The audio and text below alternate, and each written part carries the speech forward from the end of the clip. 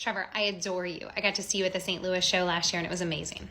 I know you take a lot of pride in researching, sometimes crushing a book just for a short interview on The Daily Show, which is why I think we should talk about what you said about the recent NAR lawsuit on your podcast last week.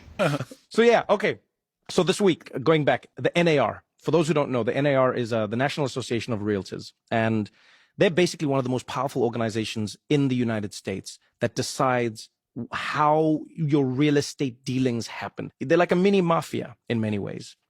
And for a long time, they've set the standard on how much commission you pay when you sell a house, right? So generally the standard in the US is 6%. So if you're selling your house, you have to pay 6% commission on the sale of that house. For years, everyone was like, this is just the way you do it. There's nothing you can do about it. Recently, somebody sued them. They won. And they had to pay out hundreds and hundreds of millions of dollars. And they agreed that they wouldn't appeal because they were scared that the damages would go up higher to like a few $billion. And so now, in the next few weeks, you will now be able to negotiate your own rates when buying or selling a house, which is huge because the game done changed. Again, I just adore you, and I know you take being factually correct seriously, which is why we should talk about this. Real estate commissions have always been negotiable. There are many great agents out there working for less than the standard commission. All right, now here's what's important for consumers concerning the lawsuit. The outcomes of this lawsuit removes the expectation that sellers will pay a commission to the agent bringing the buyer. It's not a rule that says that they can't offer that. It just changes that previous expectation. The intention here was that sellers would save some money, and so they would reduce the price of the home. Good in theory. However, what is more likely going to happen is sellers won't reduce the price of the home because why would they? It's a seller's market. It has been and is probably going to be for some time. But also that buyers are not going to be able to come up with the costs out of pocket to pay an agent.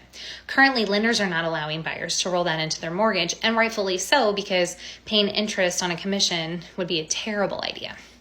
In my opinion, it would have been better for this lawsuit to go after the listing side of the commissions. In case there's people watching that don't know, the standard 6%, I say standard in quotes, the standard 6% commission is typically split 2.7% to the agent that's bringing the buyer and 3.3% to the agent that is listing the property. And while it's true that the listing agent incurs costs like, marketing the home with professional photography or staging or advertising, it's also true that for quite a while now, buying agents have been working very hard to show 50, 60, sometimes even more than 100 homes to clients over the course of several years because buyers are getting beat out from all cash offers from investors or other buyers that are willing to buy as is with no inspections. It's very much a tough market for buyers, and I worry that this is going to make it worse. Even further, first-time home buyers typically are scrounging together just the minimum down payment, much less the 20% that would be needed to remove PMI off their monthly payments. And so trust me when I say that they don't have the funds to be able to hire an expert to guide them through that home buying process, and this is the group of people that need that level of guidance the most. I worry that this is going to make the gap between the haves and the have-nots even worse. Now, for those of you who might be watching this who are going to be selling your home soon, keep in mind that you still have the choice to do that commission for the buying agent.